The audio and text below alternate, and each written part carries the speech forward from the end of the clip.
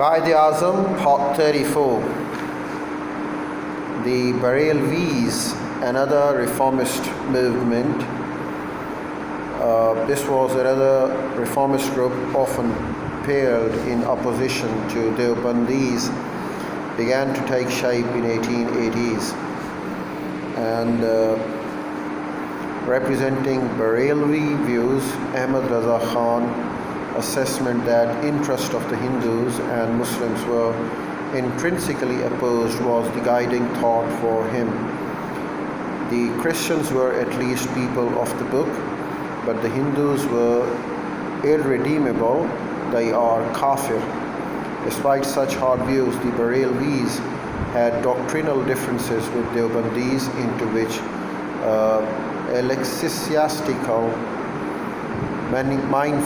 ecclesiastical minefield idea not enter. Inspiring as it had a fatwa war between the two Deoband and Barelvis in the late 19th and early 20th centuries.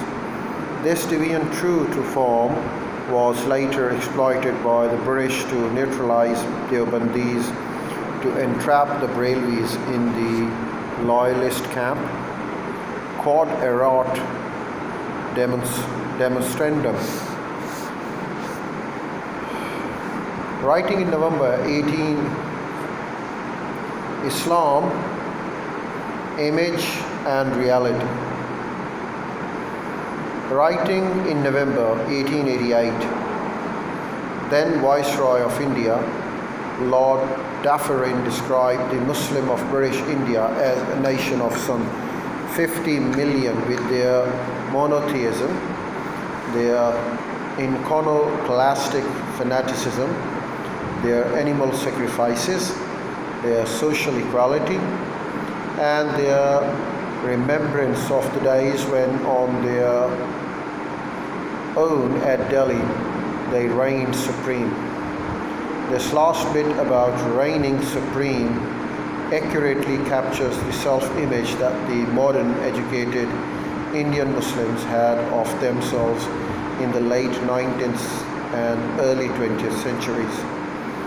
This self-image was a consequence of the yearning for a past long gone, a thirst for the bygone era of regaining some at least of those glories.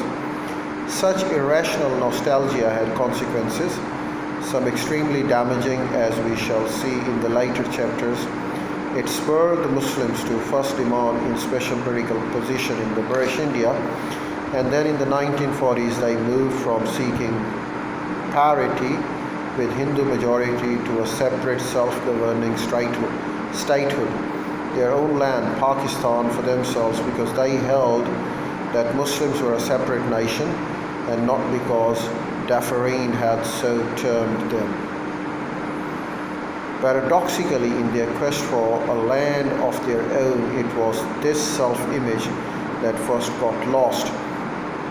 It most inexplicably went into the oblivion with the partition, for now there was a land but no glory.